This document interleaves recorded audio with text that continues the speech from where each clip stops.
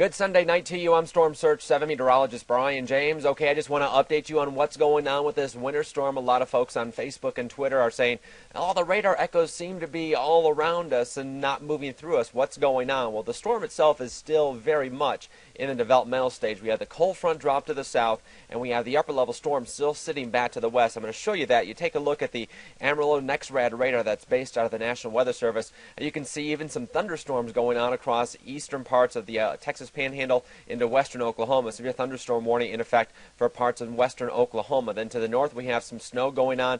I got a report from a gentleman up around Groover and Hansford County saying that the snow is coming down really heavy right now, and even had a couple of flashes of lightning as well. So it's going on pretty hard to the north, but this is just that first lobe that's going on, the first area of lift with this upper level storm. You look back toward the west and you see a little bit more snow developing in eastern New Mexico. We're going to go back to the Clovis NextRad radar site and take a look at what's going on back there, because that's the area that is starting to see a little bit more in the way of snow. We're going to put this one in motion and show you what's going on back toward the west. You see how the radar echoes are moving up toward the northeast around Clovis, but then back toward the west they're moving more in a counterclockwise circulation. That's that upper level area of low pressure that has developed and is working its way across New Mexico right now. That upper level low is also strengthening. You can see some radar echoes showing up near the upper level storm. That's thunder snow going on around Klein's Corner in eastern New Mexico. Some heavy snow being reported along I-40 back to the west of us. Now this upper level storm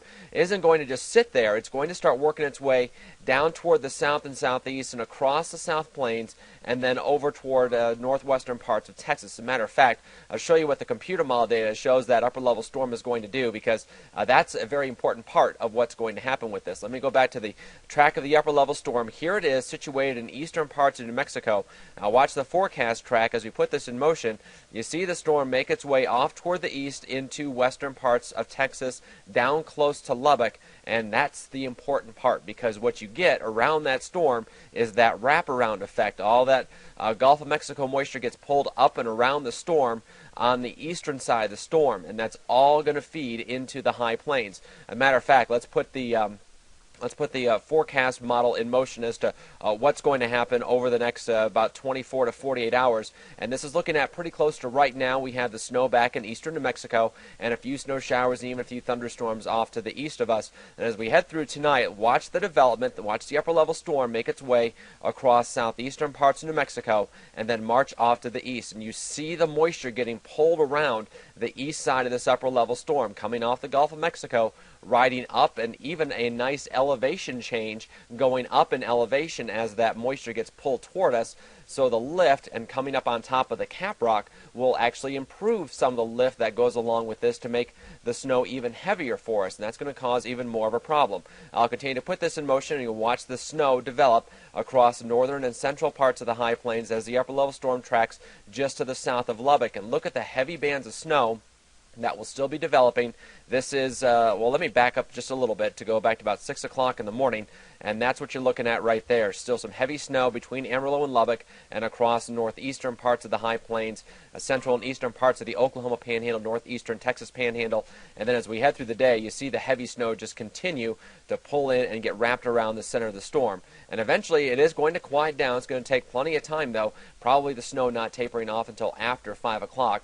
Monday afternoon, Monday evening. So it's going to be some time. The latest computer model with the snowfall forecast still has a lot of heavy snow for most of the Texas Panhandle. The heaviest band would be from Amarillo up Highway 60 up into the far northeastern part of the Texas Panhandle. This particular computer model indicating that there could be areas that could see between 16 and 20 inches of snow. I think that's a little bit overdone, but a large swath of 8 to 12 inches of snow, pretty much where you see the darker purple going across the northern half of the Texas Panhandle into the eastern part of the Oklahoma Panhandle. That's the best chance to have about 8 to 12 inches of snow. Maybe some isolated totals in excess of 16 inches, not out of the realm of possibility. But remember, the bigger concern here is going to be all the blowing of snow, blowing and drifting of snow. We could see snow drifts around 3 to 6 feet as this storm continues to pull its way in and get stronger and develop even stronger winds, with north winds at 30 to 40 miles an hour during the day tomorrow. And those are straight north winds, so all the east-west oriented roads like I-40, as soon as a snow plow goes by and tries to plow the roads, right behind it, the blowing snow goes right back over the road.